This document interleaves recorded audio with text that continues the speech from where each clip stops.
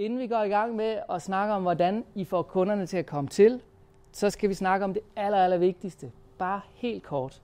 Fordi det her, det handler jo ikke om at sælge sand i Sahara. Det handler om, at I formentlig alle sammen, I har noget at byde på. I tror på, at det I kan tilbyde, det faktisk gør en forskel. Det er jo ikke sådan, at I stopper en vare ned i halsen på folk, og så er det bare sjovt hele vejen ned til banken. Det er faktisk fordi, I gerne vil det her. I har noget at byde på, så I kan faktisk gøre en forskel i rigtig mange menneskers liv. Det skal vi holde fokus på. Og det I skal holde fokus på, først og fremmest, det er, jamen, hvor er det så, I skaber de resultater i jeres klinik? Hvad er det? I kan mange ting, det er jeg helt sikker på. Men når I skal bygge jeres klinik op, så skal I fokusere på det, I ved virker først og fremmest. Der, hvor I kan skabe resultater, der, hvor folk kan gå derfra og sige, det var sgu fedt det her, det rykker, det virker.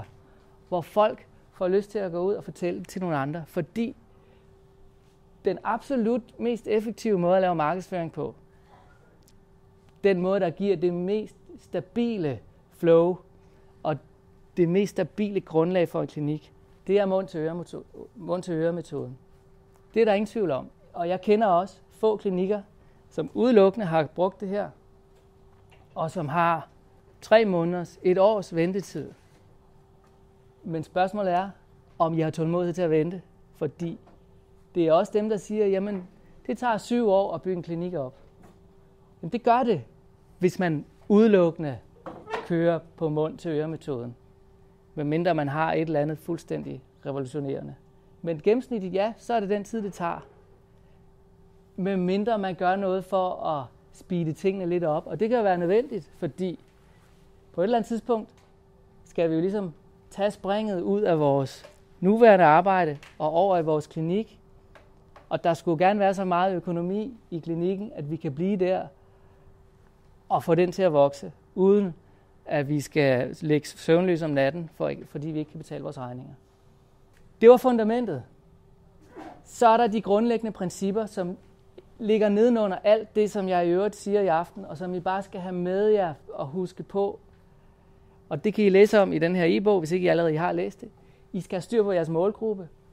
Selvom det er et lokalområde, så er det ikke alle mennesker, der bor i samme by som mig. Det er ikke jeres målgruppe.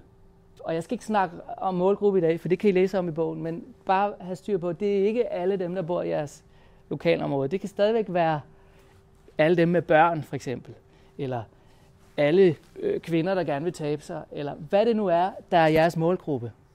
Og så skal I huske på, at når I kommunikerer, så skal I ikke gøre, som man gør på de fleste hjemmesider, nemlig fortæller om sig selv, og hvad man kan, og hvor mange uddannelser man har taget. Fordi det kan folk ikke forholde sig til. Det folk vil vide, det er noget om sig selv. Og man kan jo egentlig gøre det meget simpelt og sige, jamen hvad vil folk søge på Google, på en søgemaskine på internettet, hvis de skal have hjælp med det problem, de har.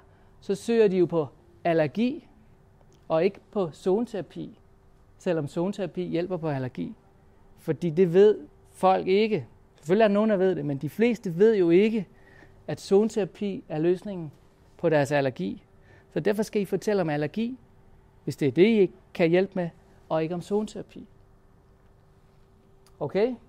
Det skal I bare huske på, når vi begynder at snakke om alt det andet. Nemlig, hvordan får I bygget en kundedatabase op i lokalområdet. Der er nogle store fordele ved at starte der. Der er ingen tvivl om, at hvis der er dygtige behandlere, så rejser vi gerne efter dem. Vi tager også nogle gange til udlandet for at finde de gode behandlere, men det der med at komme hver måned, ofte ender det jo, og for det meste ender det jo alligevel med, at vi tager dem, der er i nærheden. Og det kan I være helt sikre på, at sådan har jeres klienter det også. Man vil gerne tage dem, der er i nærheden, fordi alle har travlt. Nu kom jeg lige med bil her fra Jylland, ikke? Og jeg kunne da godt se alle de mennesker, der var på vej hjem fra arbejde 5:30, ikke? Op nordpå. Og de er sikkert kørt hjemmefra i morges 7:30. Så hvis de skal have passet noget behandling ind i det på en eller anden måde, så kører de nok ikke til en anden landsdel. Så der er ingen tvivl om, at hvis I kan få jer gjort synlige der, hvor I er, så gør I det nemt for jeres kunder, og der er masser at gøre. Formålet, eller det man kan opnå ved at markedsføre sig lokalt, det er, at man kan blive så kendt et ansigt, at man bliver en af dem, man bruger. Sådan, så når folk de får et eller andet, så er det, de bare skal beslutte, det er, om de skal tage til lægen, eller om de skal tage til jer. Det skal være det, der kommer op i deres bevidsthed. Og det tager selvfølgelig noget tid, og det er det, vi skal snakke om, hvordan det kan foregå.